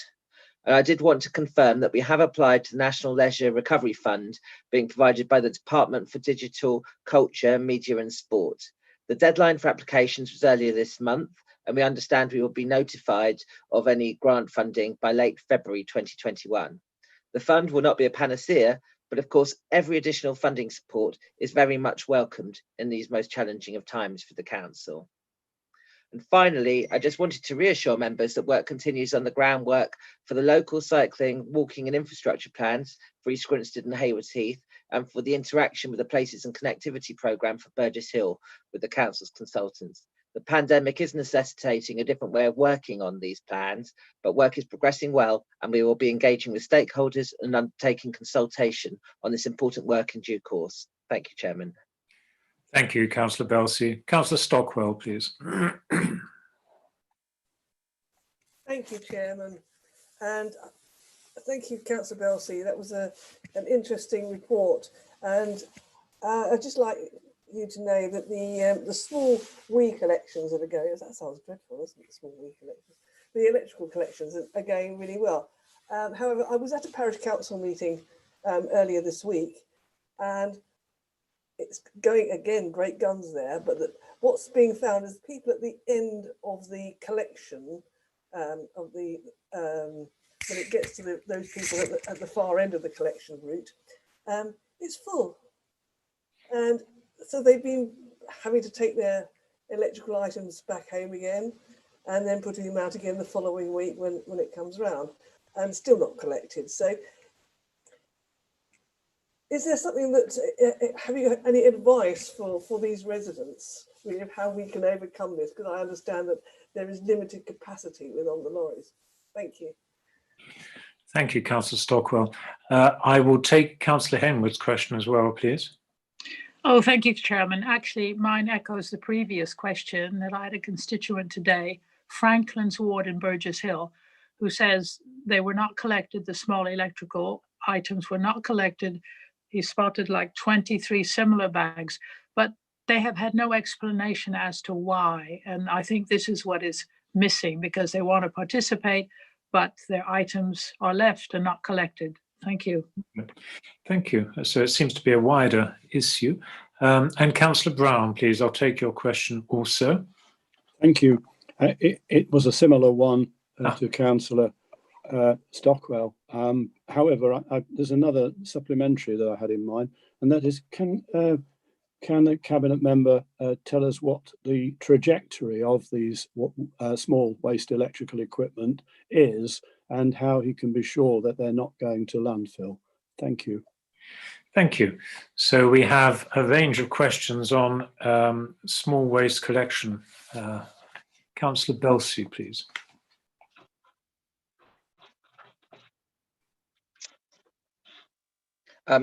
Thank you, Chairman. Well, thank you for the feedback from councillors. I know that we expected demand to be high for this service, and it's obviously exceeded expectations. The initial thoughts were that it would start to quieten down once we got Christmas out the way and after people were aware of the first few collections. And the feedback has been to kindly ask residents if they will put it back out for the next collection. What I will do is I'll obviously go back to offices. I know the cages are as big as they can be, and we're collecting as much as we can. But of course, if it's the repeat routes and they go in the same order every time, those towards the end of the collections will potentially be the ones that suffer every time. So I understand the comments, and I will feed back on that. And the items are measured. We will be collecting the sort of tonnage of those items in response to Councillor Brown's, and we do know what happens to them, and they I think go in with other recycling items that are capable of being recycled. And I will follow up with him in more detail, if that's all right, following council, just once I have a better clarity of exactly where it goes. But I do know that we do pick up on that, and we're comfortable that it's not going to landfill. Thank you. Thank you, Councillor Belsey. I suspect the capacity issue will come up again, or at least be followed up. So thank you for that. And moving on now to Councillor Webster, please, Cabinet Member for Community. Councillor Webster. Thank you, Chairman. The Mid Sussex Partnership Board met last week, and I'd like to update you on those discussions. The Early Interventions Family Support Project has been funded by the Police and Crime Commissioner and has been running since early 2017.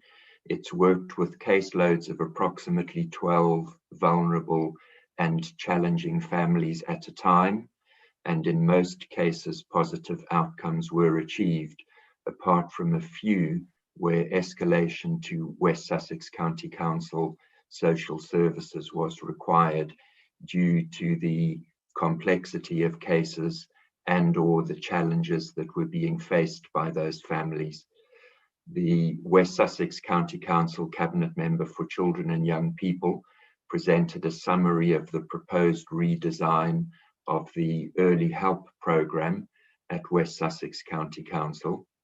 She stressed that this was to provide an improved and targeted offer to vulnerable children and families.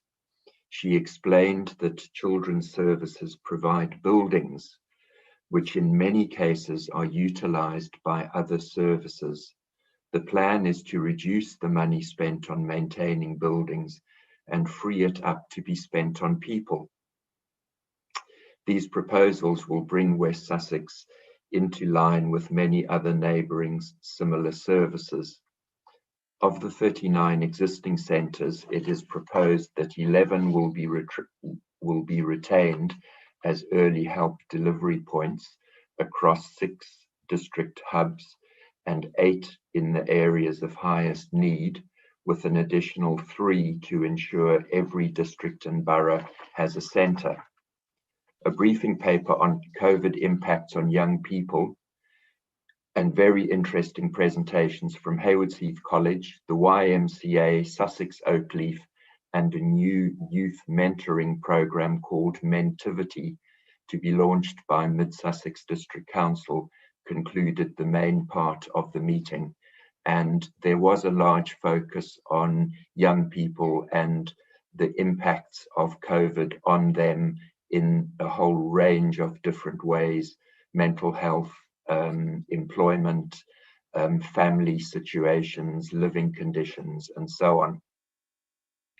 Q3 reports for the subgroups of health, community safety, and community resilience followed before the meeting closed with a small item to agree a particular budget item. Chairman, in terms of current portfolio work, I'd like to remind Council of the forthcoming February school half term, which is going to be very difficult to market as something different in these unusual times. Officers are working on a Get Active trail in St John's Park in Burgess Hill, Victoria Park in Haywards Heath, and East Grinstead's Mount Noddy. There will be a range of activities to appeal to the whole family, and there will also be short videos online to encourage children to learn a dance routine from Monday to Thursday, with a finale being the whole dance routine performed on the Friday. Thank you, Chairman, and I'm happy to take any questions. Well, splendid. Dance routines. Thank you. Councillor Bennett, please. Thank you, Chairman. How should I advise a resident who lives, say, in Poynings, small village in the south of my ward, how they should access services, if children's and family services, if they're located on the other sides of Haywards Heath and they don't necessarily have their own private transport? Thank you, Councillor Bennett. I will put that to Councillor Webster in a moment after Councillor Henwood's question. Thank you, Chairman. Actually, I'm just rather interested in, does the District Council, our District Council, support this reduction in the family and children's centres to such an extent within our district? That's my question. Thank you. Thank you. So both on the family and children's centres. Councillor Webster, please. Thank you, Chairman. Firstly, Chairman, this is a proposal which will go to consultation, and the declared intention is to better target the children's budget, some of which is currently spent on buildings, thus subsidising them for use by other services. It should be remembered that early help has discovered different ways of working during lockdown when all the centres have been closed. It should also be remembered that the current improvement journey of children's and young people's services, much of it being implemented during lockdown, has been endorsed by the Commissioner and those experts working with West Sussex County Council. The Commissioner's very positive comments are well reported in the public domain. And these proposals will bring West Sussex County Council in line with other similar and successful service providers. Finally, Chairman, this is a County Council service, not ours. I would suggest that Councillor Bennett direct her residents to her own county councillor in her area. And also, I would suggest that there are well-established processes through which feedback can be given directly to the responsible authority. And just to reassure Councillor Henwood, this council will continue to work closely with a range of partners for the best services possible to be delivered to our children in Mid Sussex. Thank you, Chairman. Thank you, Councillor Webster. Councillor Marsh, please. Thank you, Chairman. Can I thank the portfolio holder for his update, particularly his comments concerning outdoor activities that can help with the mental health and well-being. Therefore, does he agree with me, subject to lockdown restrictions at that time, to the return of the Mid Sussex Marathon? Does he also agree with me to pass on our thanks for the continued financial support from East Grinstead Town Council and Haywards Heath Town Council? So does he find the decision of the Liberal Democrat-run Burgess Hill Town Council to withdraw from their funding of this worthy effect very disappointing? Obviously, by doing so, this shows that the Town Council doesn't care about promoting the health and well-being of hundreds of adults and children who take part in their segment of the marathon. Thank you, Chairman. Thank you. As I say, I don't want to get into a knockabout on this. Councillor Bradbury, please. Yeah, thank you, Chairman. And I fear in this question I should declare my interest as a member of West Sussex County Council. And I'd like to just ask the Cabinet member if he agrees with me that the one of the good things that's coming out of the current pandemic is that people are finding new and different ways of working. And indeed that this is one of the reasons why reforming the children's services in the way that he's described is a positive move, and it's much more about taking services to the people than expecting, maybe a mother with young children, maybe a buggy or whatever, to have to find her way from, in the case of Councillor Bennett, for example, a little village in the south of her district. Is it not much better that that service goes to the parent and the children concerned, rather than them having to go to a building somewhere? Thank you. Thank you. So, Councillor Webster, we have 2 points there, one on the marathon and one on taking services to the people. Your thoughts, please. Thank you, Chairman. The first thing is that I absolutely agree with Councillor Bradbury that the pandemic has caused all sorts of different organizations to find new and different ways of doing things. And I mean, just a general example of that is the way that internet shopping has changed.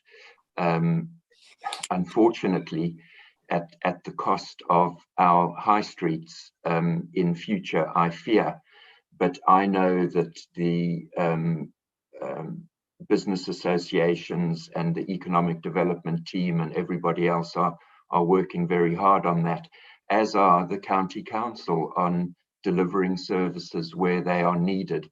And I am absolutely convinced myself that children's money that has been set aside for children should not be used to cross-subsidize in a way buildings for other services.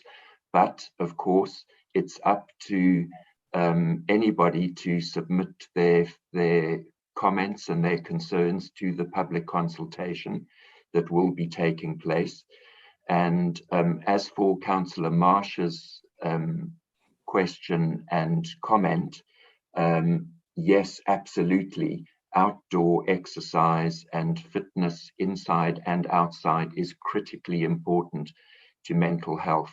And at the Mid Sussex Partnership Board, I made the point that using a coverall statement of mental health is like using a coverall statement of arthritis. There are over 200 different forms of arthritis, just as there are dozens of different kinds of mental health.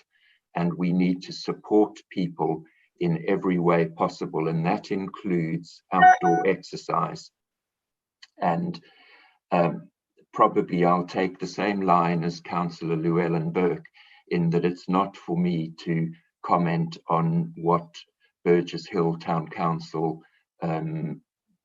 has as their priorities.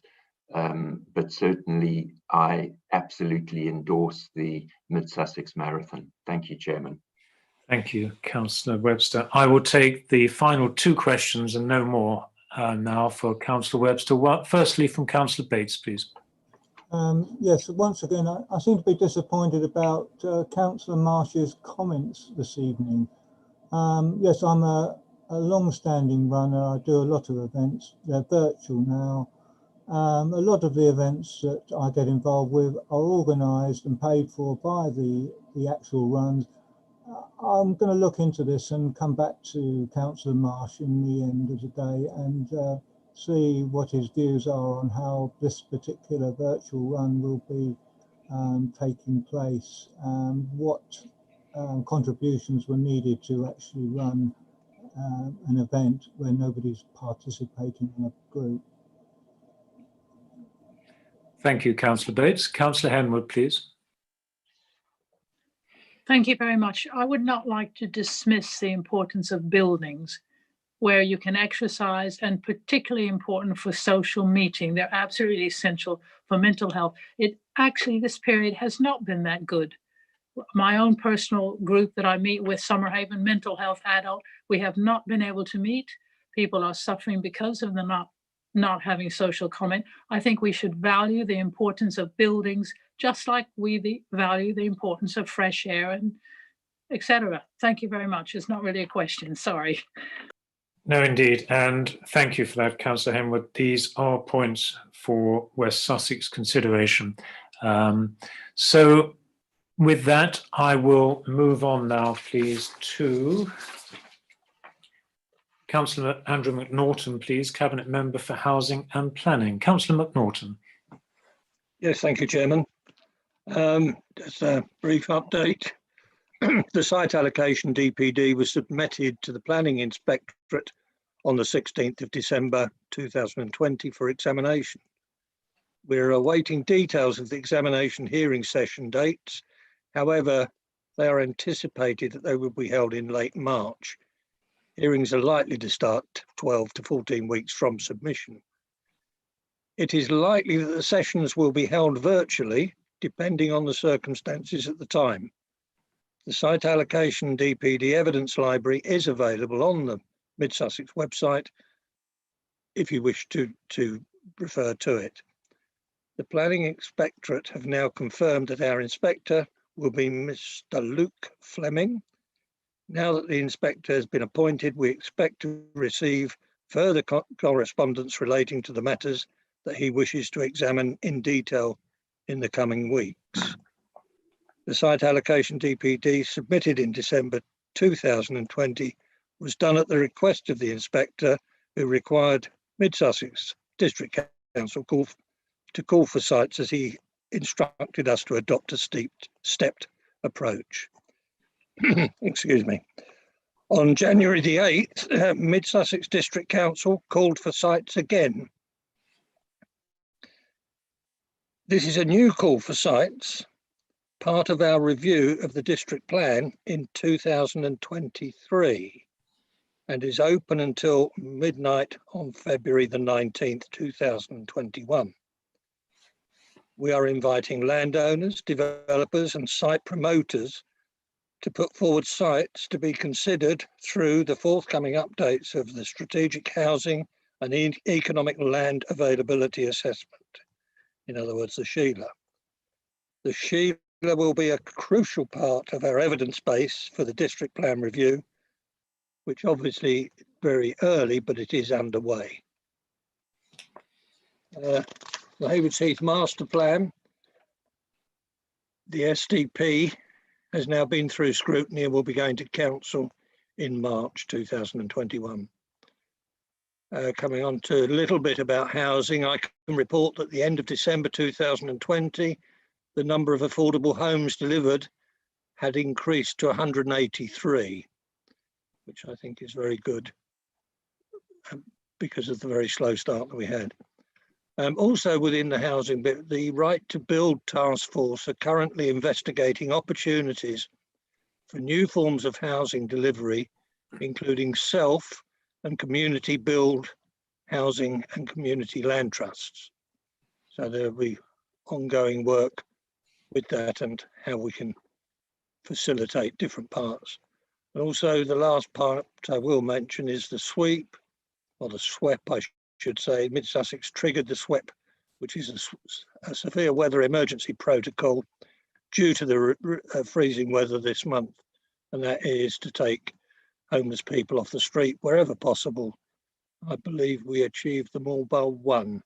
That was the latest view I was given, so I hope that's still accurate. Thank you, Chairman. I'm happy to take questions. Thank you, Councillor Norton. And I see none.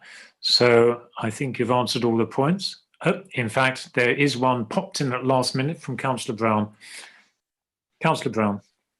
Thank you, Chairman, and thank you, Councillor McNaughton. My question is about the community land trusts. I was wondering, I'm happy to hear that there's some promotion of that. I wonder if he could either inform me now or later on what form that's taking. Thank you.